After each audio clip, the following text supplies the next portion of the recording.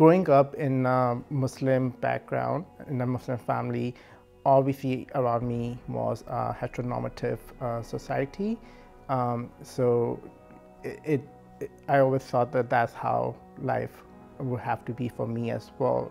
But when I grew up and I realized that my sexuality is different and I don't fit in that narrative, then I have to understand the two different identities, and there was a bit of struggle with that. I think I have addressed some of those issues through my comedy, because it's almost like I have to introduce myself to the world. So I can write sentences about these separate identities and I can just use them to talk to the audience. But other than that, I've been told that I don't exist because a Muslim-born person can't really practice Buddhism. And I find that in LGBTQIA spaces that I've been a part of, being bisexual or being Muslim, those things can affect fitting in, and it's easier just to not try to fit in, I think. So I guess the context is that I grew up in Saudi Arabia in the underground Catholic church, but my mom was a Taoist convert.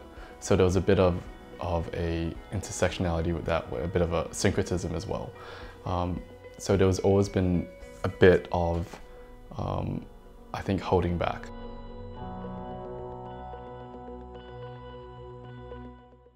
For me, it was to understand where homophobia comes from within my culture and faith, and also understanding what it is to be a gay man.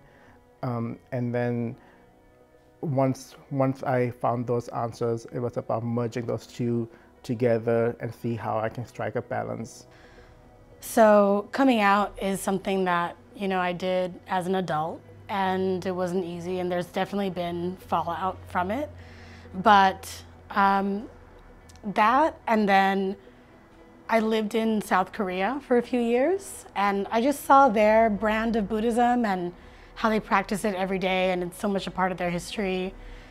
And I just kind of started embracing doing yoga and learning about energy before that, but really using it in a different way because I was really isolated in Korea. I think definitely acceptance, because for me there was a big, affinity towards acceptance, especially because being from an underground church in Saudi, it felt the same, nearly. Like I was part of a community that was small.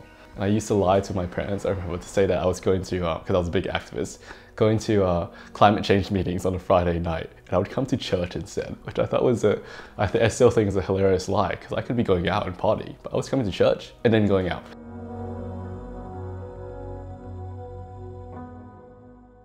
Well, the times are changing now, and more discussions are happening about people of different sexuality. And within the Muslim community, we now have more and more visibility of queer Muslims who are talking about being accepted in the faith as well. That being said, vast majority of people are still have homophobic views, and that's something that we have to overcome over time. I don't feel excluded, and I feel like it's my responsibility to create community wherever I go. So I don't feel excluded or included, but stand-up comedy and being confident is generally something that I feel like it makes me unpopular among some people. There's equal amounts love and jealousy that you get when you do something like make people laugh or get into entertainment. So I think that it's just a matter of one-on-one connection. So if I can get one-on-one connections with people, I feel like that in the long run makes the community stronger. Yes and no. It's a bit of a contradiction for me because I've had issues with abuse and harassment by religious members. I'm having trouble at the moment reconciling my faith.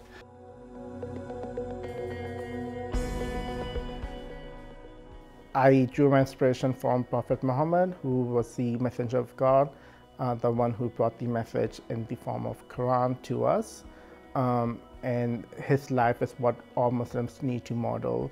And and that's why I inspired to live a life the way he lived his.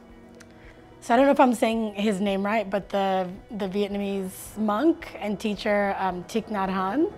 So when I was really young, I started reading his books, including Being Peace, and just thinking about the fact that, you know, humans we can live without really helping each other. Like, we don't always have to help each other. We don't always have the means, but I think that we do have the means to not hurt each other. So, yeah, I've been reading his books for a long time, and I think that that philosophy of trying not to harm others, it really makes sense to me, as well as like the fact that receiving is as important as giving, because then somebody else gets to give and feel that feeling. In terms of a saint, St. Francis of Assisi, really love him.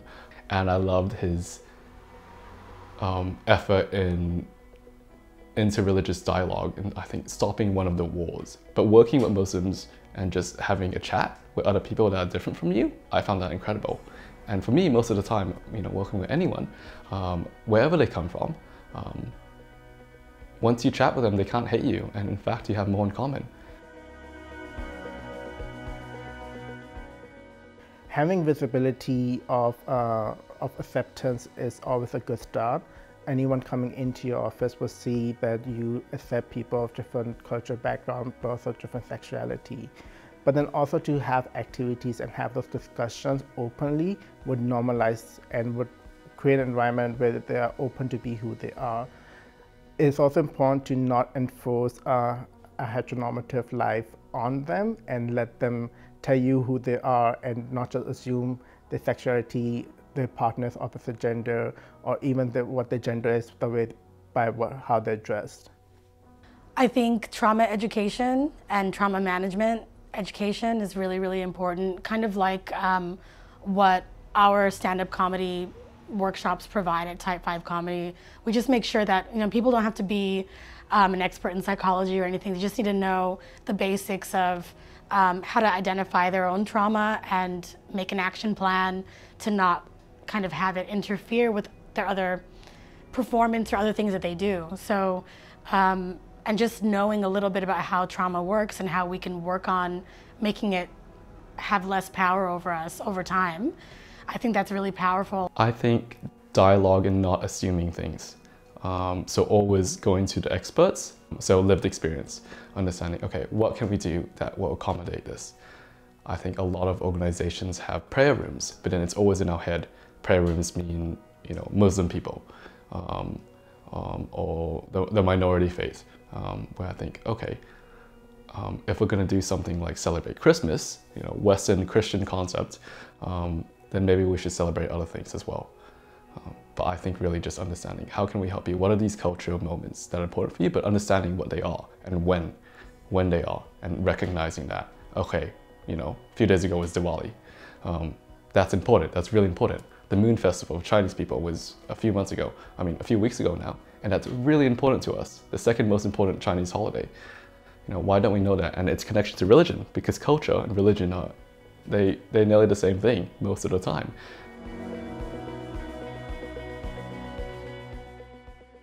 I belong to a group called the Sydney Queer Muslims, and what we do is we provide social support for people who are struggling with their sexual identity and their faith. If you're a service provider who have a client who are queer and Muslim, and they want to reach out to people just like them, then you can give them our information. We're on Facebook, we're on internet, just Google us, and we'll connect with them and let them know and show them a lifestyle that's different. I really think that any organization that is purposely looking to serve LGBTQIA communities needs to really put the trauma in context and just educate people about how to engage with trauma, even if it means taking a step back and taking care of yourself before re-engaging with the triggers in the world around you. Also, if culture and religion intersect a lot, but I think referring is not always a bad idea. I think at least connecting them with an organization, knowing that exists, is really important.